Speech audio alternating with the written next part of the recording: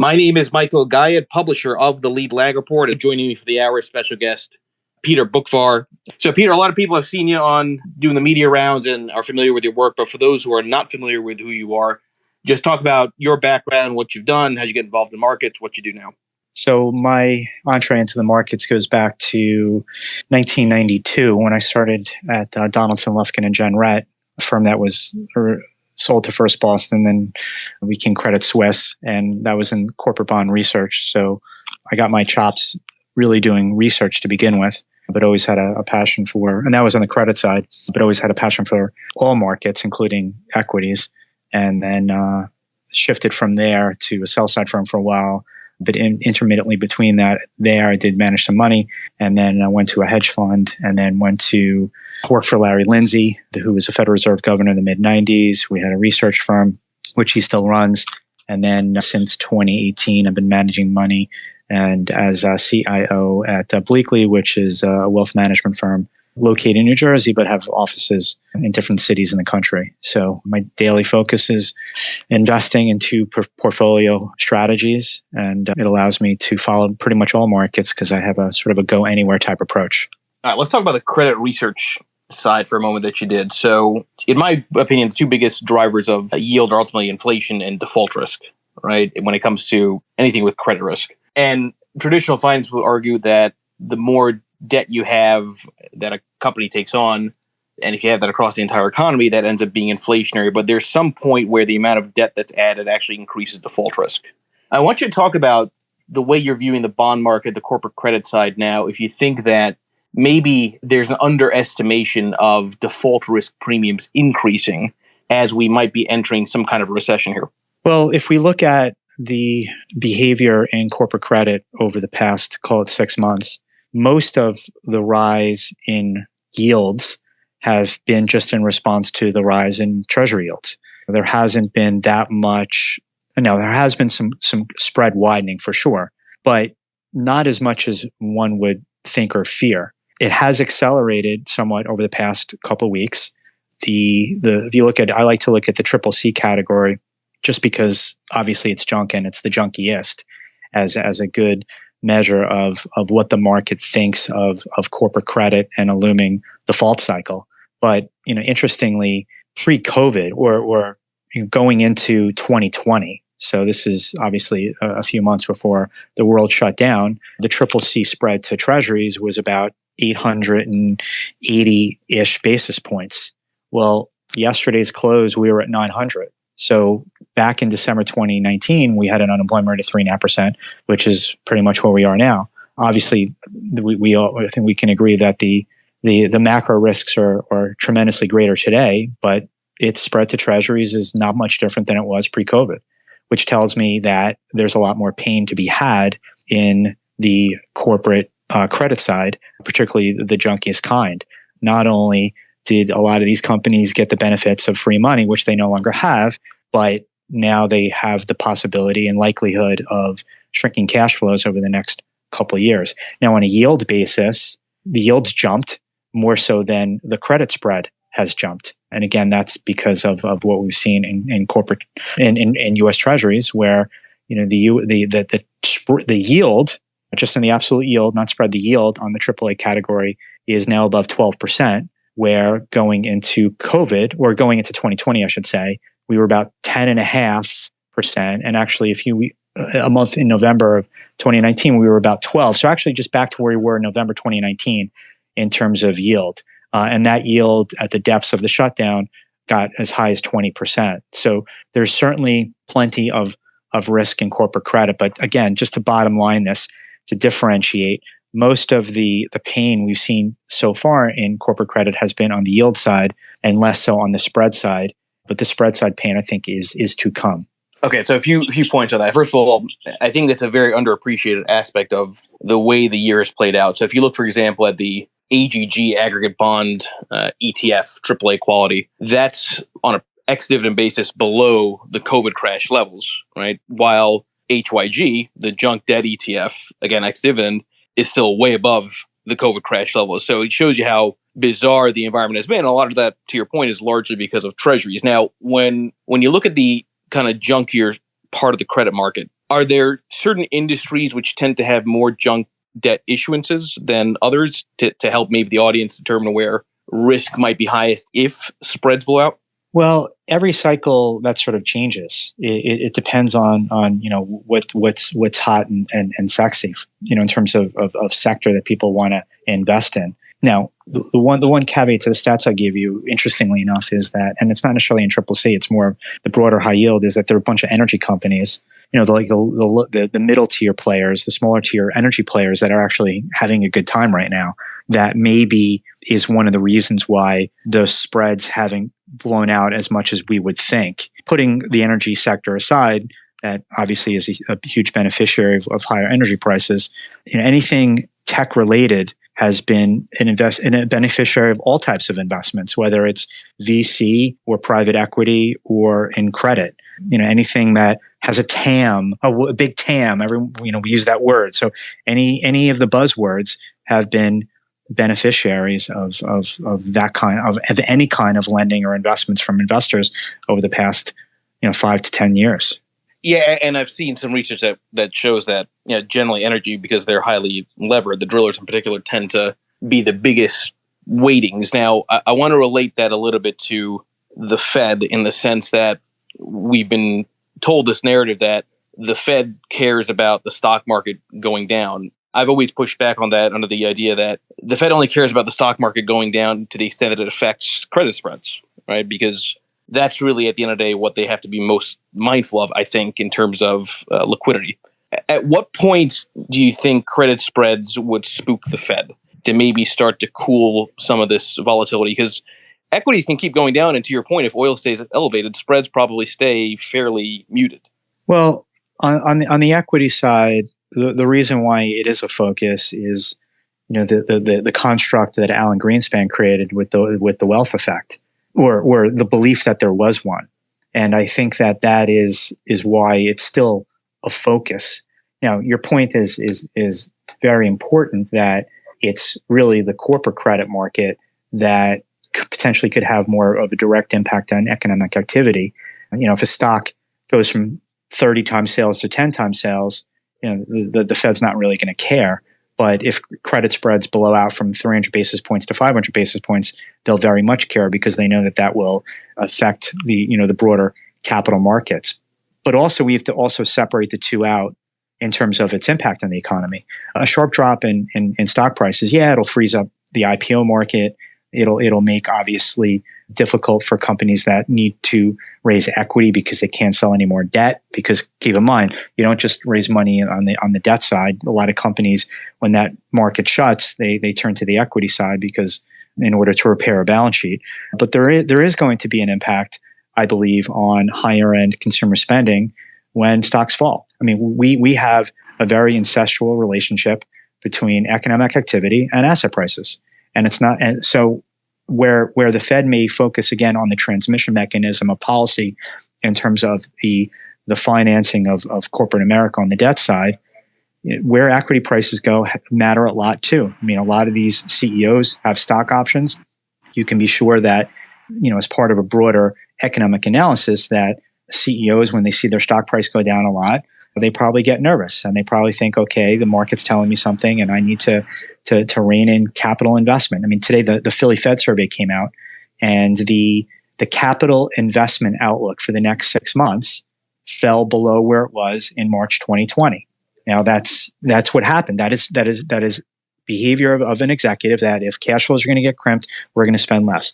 If the stock market's going to run into trouble, let me back up and start taking stock of this, and maybe be a little more conservative with our investing plans.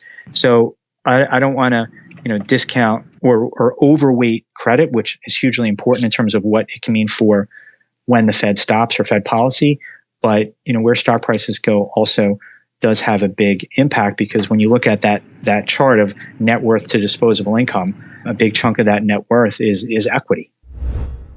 Well, it won't be enough, and I think it's the impact is double barreled, because they go through different sort of transmission lines. Corporate credit has its own sort of lane that it runs down, and there's definitely some overlap between the two. But the equity side, I mean, when you look at the consumer and we're obviously a consumer-driven economy, the lower-end consumer is getting just hammered right now with falling real wages and this inflationary environment we're in. You can be sure if the S&P 500 is at 3,000, there are going to be less people buying boats and higher-end cars and so on. But not just that. It could be the difference between going out for dinner 4 nights a week or going out for dinner instead of 2 nights a week. And that 40% of retail sales, of consumer spending, is done by the top 20%. And while everyone talks about, well, the consumer's got this great balance sheet. Well, if someone's wealthy, but they feel less wealthy, even though they have a great balance sheet, they may spend less. And if they spend less on things, that has an immediate impact on economic activity. At the same time, corporate credit spreads blow out. Well, then that's going to obviously lead to higher default rates, more bankruptcies, and the economic impact of that, job cuts, job losses, and so on and so forth. So I just think that they're both negative. And yeah, we can weight one more than the other, but it's to the question of what the Fed's going to respond to.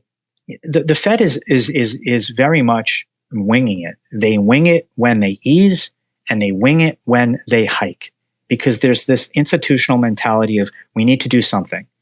And when inflation's low, well, doing something, they can do anything because they can get away with it. But now in the inflationary environment we're in, that they've been sort of mugged in terms of their policy. They're the entity that ran around and did whatever they want, and now they finally got pulled over. And now they have to go to jail and figure out their way how to get out of jail by lowering inflation rate without tanking the economy and the markets. And they'll almost know it when they see it, but they don't know when they see. I mean, you look at the last Powell, and I'm maybe getting off on a tangent here, the last press conference, Powell was asked 2 important questions, and he gave 2 BS, I have no idea answers. The first one was, Jay, why are you waiting till June 1st to start shrinking your balance sheet? Well, we just decided to pick that day. There was no reason more than, hey, let's just pick that day. It's the beginning of a month, and it just sounds convenient. And the second question is, Jay, you're starting this quantitative tightening process. What do you think it's going to mean for the economy and markets? Well, you know what? We really don't know. Well, if you have no idea what QT means for the economy and the markets, then why were you doing QE at $120 billion a month for multiple years? So this is a Fed that has a lot of PhDs, but they throw stuff against the wall. They respond to their econometric models, and then they see what happens with their fingers crossed. Real quick, I just shared in the space to your point, Peter. I put out that Twitter poll a couple of days ago. Are higher food prices making you rethink going to the movies?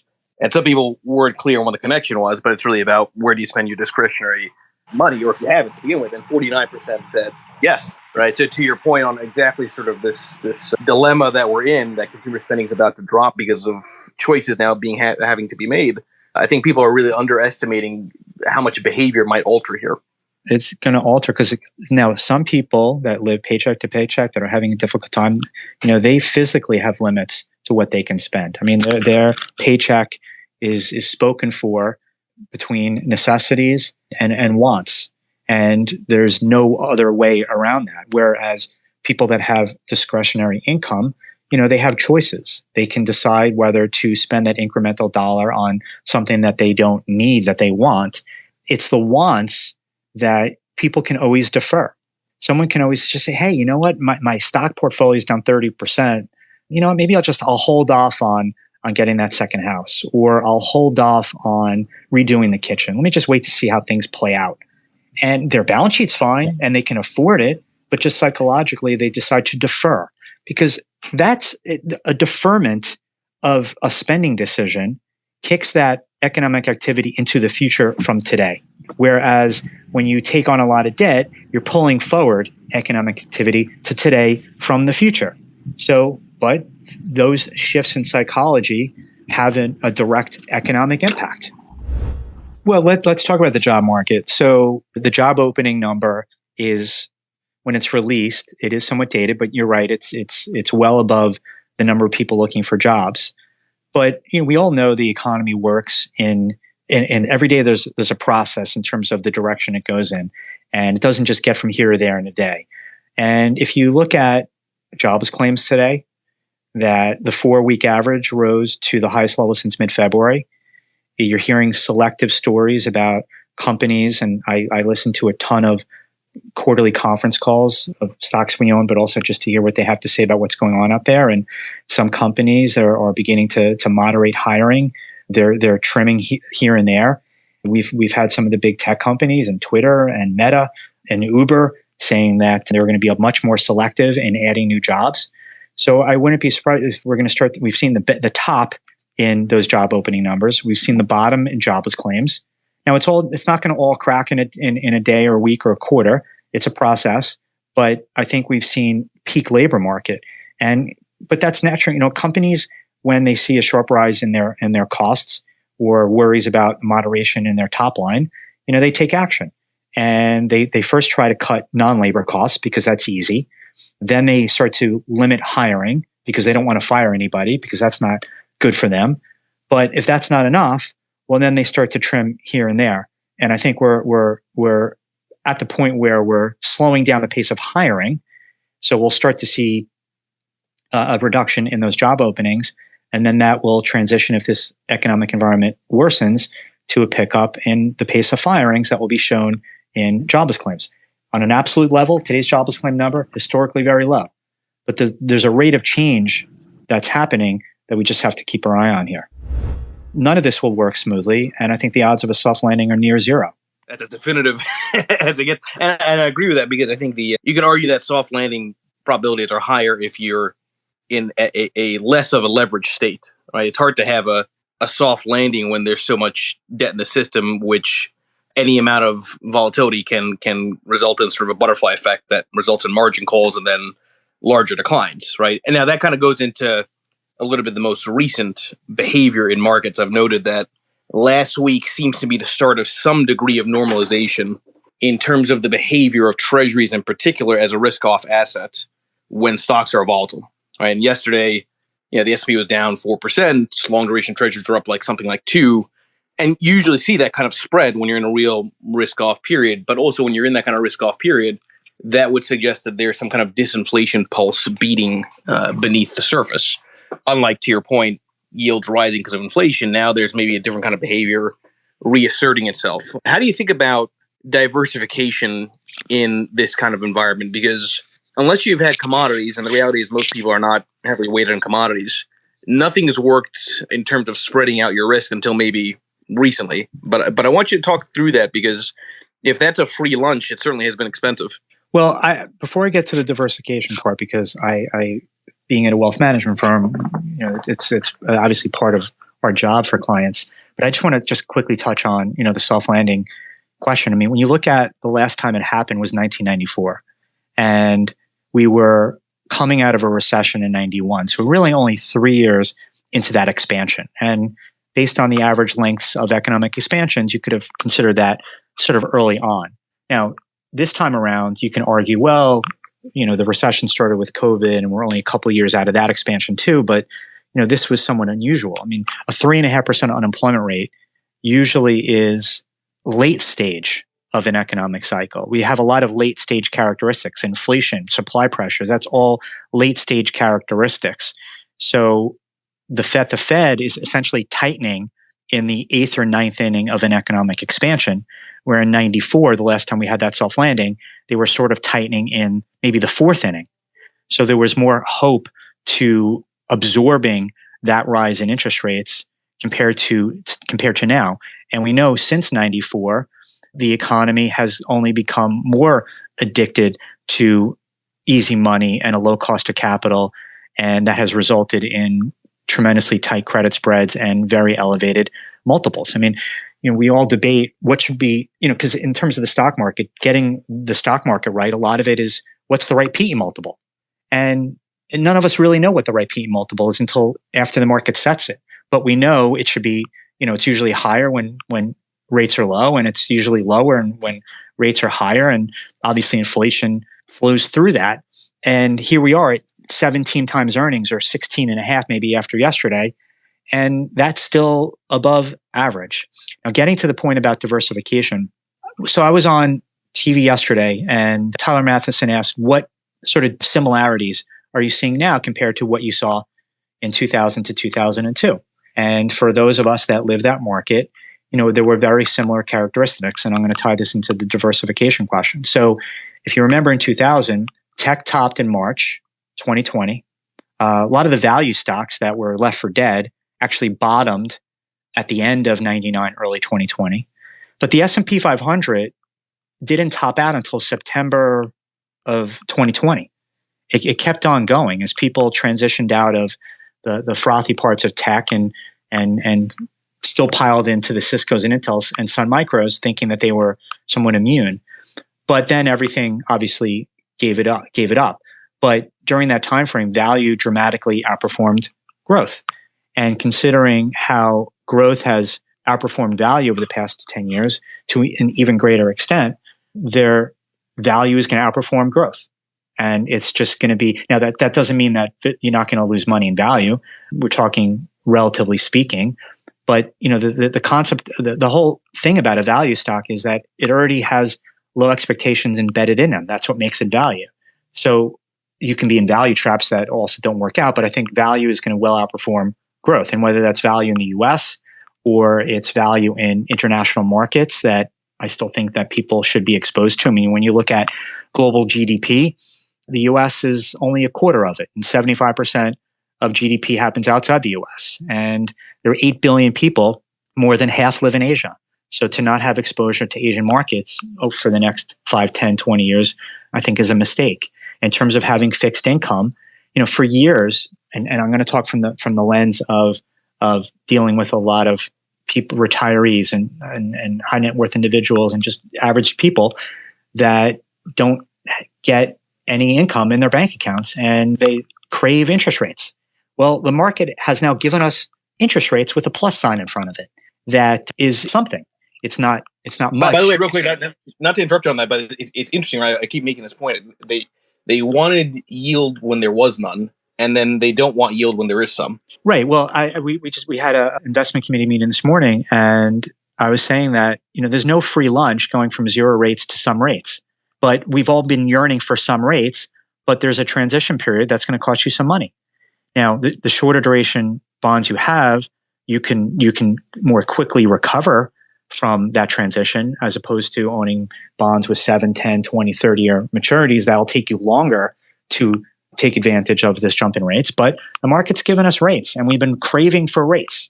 But it's not a costless transition to getting rates. So having diversification is very important in creating shock absorbers in one's portfolio. One's portfolio is not supposed to all go up on the same day or all go down the same day. That's not diversification. You need some things that zag when other things that zig and vice versa. And that's what diversification, however cliche that word is. Now, it's not easy now because bonds and stocks are going down, but it's how you sort of divvy up those allocations to try to reduce that, having more value than growth, having shorter duration versus long duration, having some other buffers like precious metals or whatever. Diversification is important. I always say that you're not diversified unless you have a portion of your portfolio that you hate, right? Because to your point, what are you going to hate? The thing that's zagging when everything's zigging and making money. I think that's an underappreciated aspect of portfolio management. Well, what did Ben Bernanke tell us when he wrote an editorial in the Washington Post in November 2010, right when he was about to embark on QE2? He said that QE is meant to ease financial conditions, raise stock prices, which will raise people's wealth, lead to higher spending, and so on and so on. So QE, and I know this from talking to ex-Federal Reserve members, was meant to lift asset prices. That was the main goal. Now, they may say in their models, yeah, we did it to lower long-term interest rates. Well, trying to, QE1 and QE2 was $600 billion each. You're not really going to move long-term interest rates in a multi-trillion-dollar market when you're spacing that out over a period of time. And they didn't. Rates went up because people thought what they were doing was going to be reflationary. So, well, if QE was meant to lift stock prices and narrow credit spreads, well, QT is going to do the exact opposite. And this round of QT, compared to the previous one of QT that started in October 2017, is much more aggressive. The one previous started at $10 billion a month in October 2017. It was $6 billion of treasuries, $4 billion of MBS, and it took them 12 months to get to $50 billion. This time around, it's going to take them 3 months to get to $95 billion. And I don't see how that is not going to have a very depressing impact on markets. Now, you can say, well, we've priced it in. We all know this is coming. We priced it in. Well, I don't know. I'm very confident we've priced in all the rate hikes in terms of the Fed funds rate. I think we've priced in more than enough than the Fed will do. I mean, the Fed funds futures in middle of next year is north of 3%. We priced in a lot, but how to figure out what we've priced in with respect to QT, I think is difficult. QE1, the Fed told us exactly how much they were buying and the exact date that they were stopping. And what did the markets do? Well, we rallied right into it. We rallied for another 3 weeks, and then we sold off almost 20%, even though we knew it was coming. QE2, same thing. We knew what was coming, and we knew how much they were buying. We knew it was ending. We rallied right into it, rallied for another 3 weeks, and then sold off. So I don't know how the market's going to respond or how much has been priced in to this point. But I can't imagine that it's really priced in because we've only experienced it once before.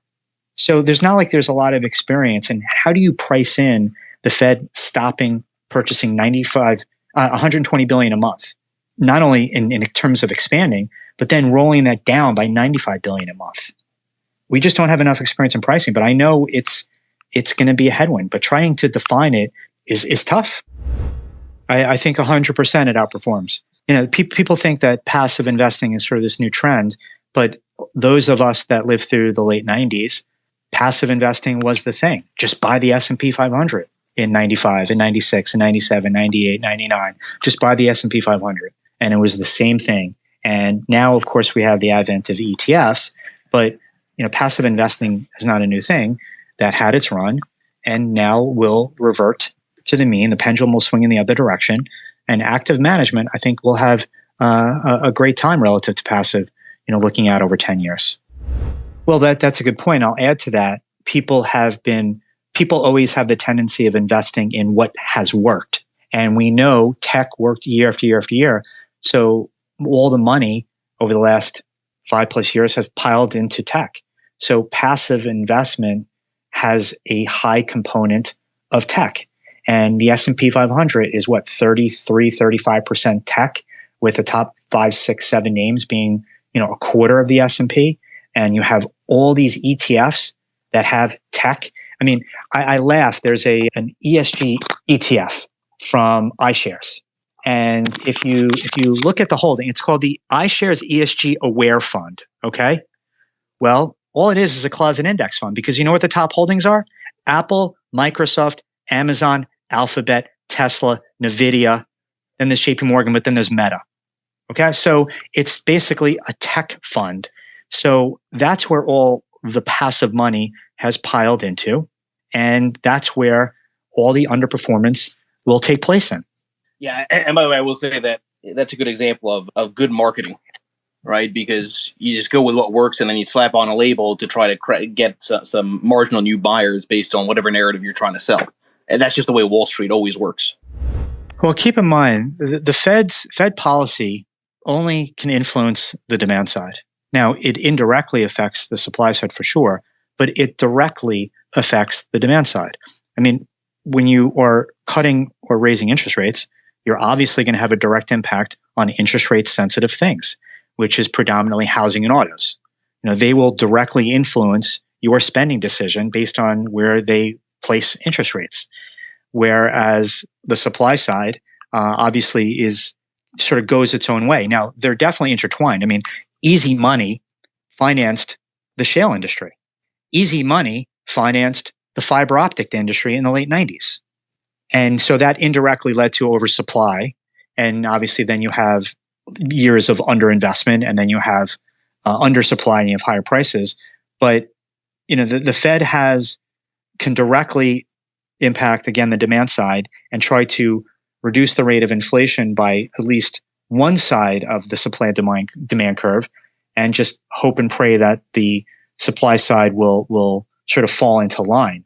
But when you look back a couple of years, you didn't need to have taken economics in college to understand that if the federal government is going to spend $5 trillion over a 2-year period, and the Fed is going to finance most of that and have rates at zero, that inflation was probably going to be a likely outcome. You didn't have to be Larry Summers to make that call.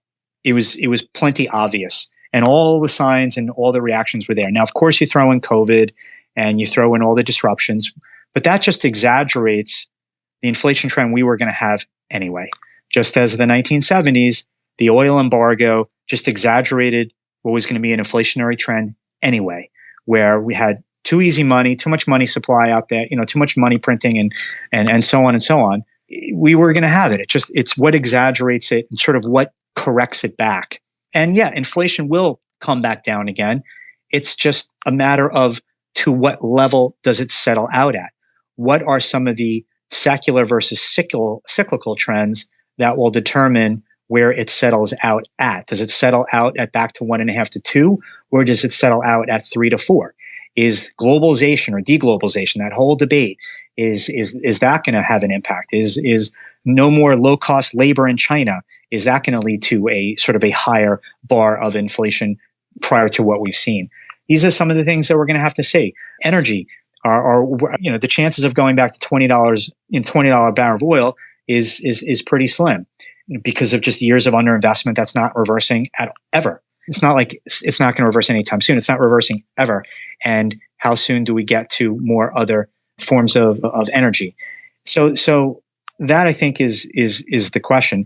The fiscal side, we're not spending another $5 trillion. So that now we have a fiscal drag, which will also reduce the demand side. The Fed is obviously going to reduce the demand side. So inflation numbers will fall. But again, it's just a matter of where they settle out at. But if they settle out at 3 or 4, that's certainly better than 8. But where the Fed funds is today and where the 10-year yield at 280, it would still be below that 3 to 4. And we would still have difficulty in the global economy with that level of inflation because we've built the global economy on a construct of 1 to 2% inflation and very low interest rates. And a regime of 3 to 4, again, while it's better than it is today, would be still a different regime than we're used to, which means lower P multiples and more expensive stuff. I'm curious, Peter, why is it you think the Fed didn't really act earlier? I mean, look, I always make this point that you can't really fault the Fed for not predicting the future because nobody really can in terms of the exact moment something happens. But yeah, they've got all this data, they've got PhDs, they must have seen that home prices around where they live were skyrocketing. What is it that you think caused the Fed to be delayed? Is it one of those things where it's as simple as they were so scared about Omicron and there was this sort of narrative that the media put out there that they themselves started to believe that caused them to not look at the hard numbers? Why are we in this spot? I think the Fed got stuck on bringing back all the jobs that were lost in COVID.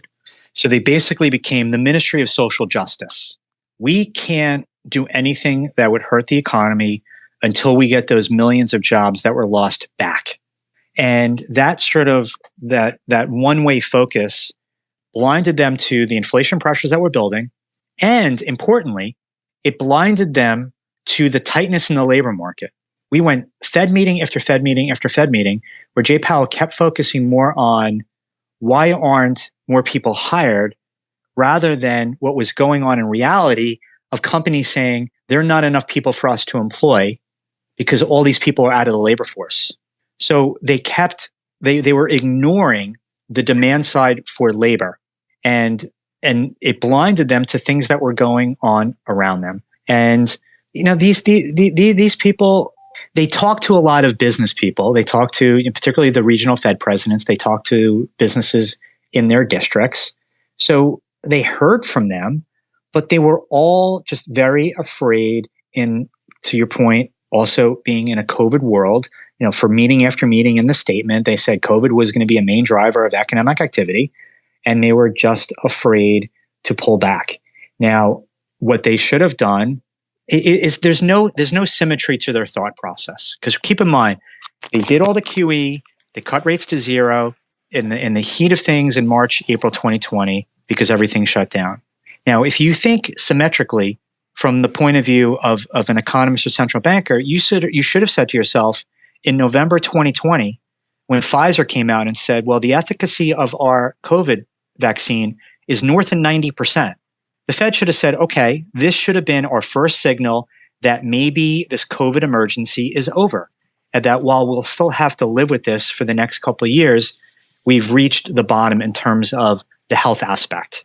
But there was not any of that. It was it was shifting to, okay, we need to bring all these jobs back.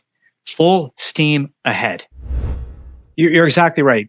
Using the lever of QE, which we know Bernanke fell in love with, and not only used it 3 times, but then tried Operation Twist and did everything he could to manipulate the level of interest rates, it has now become a noose around their neck in terms of being flexible and adjusting to the macro environment, because they know that QE has this direct effect into asset prices. And how do you just shut it off, especially when it got as big as it did? It just became an uncontrollable animal that they just did not know how to tame. And using the lever of the Fed funds rate just allows you to be much more flexible. But keep in mind, like the reverse repo facility is because they did too much QE.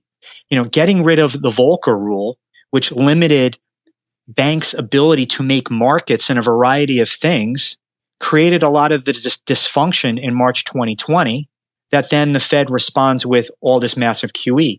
So one failed policy then leads to policy that is meant to address the previous failed policy that then leads to other problems.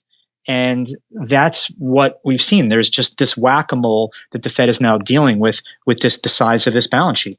And now they're stuck with how do they reduce the size of their mortgage-backed security portfolio when 90% of people that have mortgages have them less than at a 5% rate, and that you've just dramatically lengthened the portion of their MBS duration. That was not in their thinking when they decided to add, to do MBS as part of their QE in March 2020, which, was done out of habit, not out of clear thought. Loretta Mester the other week said, oh, we don't want to be in the credit allocation business. Well, you got a massive portfolio of MBS and you were buying corporate bonds. And now you're saying you don't want to be in the credit allocation business? That complexity point is phenomenal. Actually, I want to think through that more because I think that's a really interesting aspect of where we are in the cycle. You make a great point in that those supply side constraints sort of handcuff the Fed's ability to react. And if they did want to cut or ease in some way, those supply side constraints can make that more difficult. And yeah, that's one of the problems. I mean, we're so used to heading into recession, a market downturn, and the Fed is there to cut and ease and we'll get this sort of V bottom. Now, keep in mind, Greenspan was cutting all the way through the tech implosion, and it didn't stop the NASDAQ from going down 80%. And Bernanke fought tooth and nail the downturn in the housing market, and that didn't stop the downturn and didn't stop a 50% decline in the stock market. So the market has a history of falling even with easing. Now, on the supply side, it's something that I try to follow as closely as I can. I do think now heading into the Chinese or post-Chinese Lunar New Year, when you got past of this year, you got past the holidays here in December and their holiday, there were some small signs that the supply constraints in terms of transportation were beginning to ease. And then, of course, you go into March and Shanghai starts to shut down and you've thrown some of that progress out the window. But I do think that on the good side, that as the year progresses, we could see some alleviation in some of the pressures. And that is because we had a lot of over ordering ahead of Christmas. Walmart and Target talked about it this week, that they have some excess inventory because they just ordered too much because they were afraid they weren't going to get it in time. So now this is going to moderate the good sides of inflation in certain things. But I think when you talk about the supply side, there's going to be still secular supply side challenges. I mean, and I've said this before that, just-in-time inventory is dead. We're never going back to the just-in-time that we had previously. There'll be a new form. There'll be more inventory on the shelves.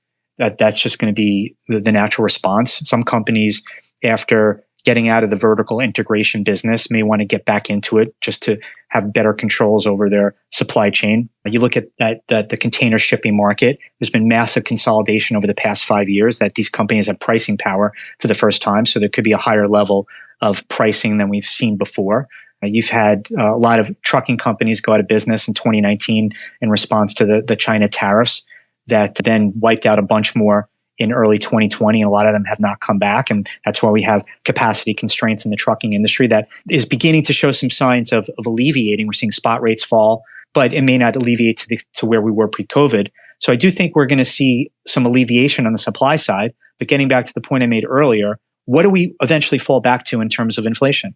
What is going to be the natural rate of inflation when looking past the next 2 years? Is it going to be back to 1.5 to 2? Or is it going to be 3 to 4 for a longer period of time? I mean, keep in mind, look at the 1980s and 90s. We've had this dramatic slowdown in the rate of inflation, but inflation still was about 3%. It wasn't until you got to the 2000s, 2010s that you started to broke that 2% floor on a more consistent basis. Well, to your point, I remember back in college from 2000 to 2004 that the risk-free rate was considered 3% in any kind of modeling you do on CAPM or anything else. So to your point, we've kind of been in a bit of an anomaly anyway over the last 2 decades or so. Well, what's interesting with the dollar is that up until a month ago, the dollar was only strong against the euro, the yen, and the pound, pretty much, outside of the Turkish lira, for example. The commodity currencies traded great. The real, the South African rand, the Canadian and Aussie dollar, and even some of the other commodity dependent South American countries where the currency traded very well against the dollar. It's only recently that the dollar has accelerated pretty much against everything. Now, it's very easy to say, oh, stronger dollar is bad for emerging markets and vice versa. But a lot of these emerging markets since the Asian crisis in the late 90s have improved their so-called balance sheet. And that while a lot of companies and some of these countries have a lot of dollar-denominated debt, they also have a lot of dollar reserves to mitigate that exposure. So I am less worried this time around of the negative impact of a strong dollar on emerging markets. And looking out, again, longer term, I still think you look at emerging Asian economies, you look at Indonesia, for example, 250 million people, look at India, their long-term growth trajectory is not going to be impacted by the short-term rally in the dollar. Now, with respect to crypto, big picture, I was very sympathetic to the creation of Bitcoin. The Fed essentially spawned Bitcoin. Now, crypto would have probably developed on its own anyway in terms of its own disintermediary type impact and so on. But actual Bitcoin was spawned by the Fed. It was, okay, Fed is printing money like wild, and we need to own a finite asset that's not going to get depreciated by this ad hoc approach of the Fed that they can print things in an infinite fashion. And then obviously Bitcoin has morphed into so much more. But at least right now, in terms of Bitcoin, and then separating from the broader crypto, Bitcoin, and I was berated for the last couple of years. Oh, it's digital gold. It's digital gold. And the only thing that Bitcoin has proven to be has been digital QQQ. That's what it's been, and in a leveraged fashion. Now, granted, Bitcoin's performance has been spectacular over the last 10 years, no doubt about it. I don't take anything away from it, but it only has 13 years of history, and all it's known is QE. All it's known is negative interest rates and zero rates and all this easing. That's the only real thing it's been exposed to. So it hasn't really been. Now it's really only being tested for the first time. I mean, you compare it to gold, 5,000 years of history for gold. Gold's been tested a lot. You live 5,000 years, you go through a lot of ups and downs. And there's a track record there of substance. Whereas as crypto is still sort of developing its presence and is only now getting tested. Now, at some point, I hope Bitcoin plays the role that it was eventually created for, and that it doesn't trade with the triple Qs, and that it is its own asset class. I think we're going to head there. I don't know when. I don't know at what value Bitcoin will be when we get there, but we'll head there. But I think we have to appreciate, this technological revolution that's going on in crypto, and that, I mean, for me, I'm trying to learn as much as I can about it to see where it all goes. But Bitcoin's now replacing gold, and crypto is still going to have some centralization to it. as much as you want to talk about decentralization, Coinbase is going to register with the SEC. and I wouldn't be surprised if at some point a Charles Schwab account that has SIPC insurance, that Coinbase accounts have the same thing too. So as much as we want to talk about decentralization, there'll still be a centralized aspect to it. I think this is just another iteration of technology in the financial sector that technology has been bringing us since the beginning of time. I will add to that real quick that it's good to distinguish between the technology, the small sample it's been around in, and human behavior. And I'll close off because we do have to wrap up here. That I put out this tweet that got a little bit of engagement over the weekend, and I do believe that I've seen so many people talk about the Luna crash and crypto crash more broadly last week, and people have said, well, it's amazing how resilient Bitcoin has been in broader equity markets. It shows you that it's not a systemic event. And all you have to do is go back to 2008. Lehman Brothers filed for bankruptcy September 15, 2008. The stock market did not crash until a week later. So there are these lags. We don't know if this volatility in some of these cryptocurrency coins and these crashes may ultimately be systemic or not until maybe a week or two later. We may be in that period right now. More of a kind of a thought experiment. But anyway, everybody's here. I apologize, Alpha Watch. You're going to wrap up here. Please, again, make sure you follow Peter Boockvar. Phenomenal follow, phenomenal way of framing things. And Peter, I always appreciate your time. And everybody enjoy the rest of your day. Thank you.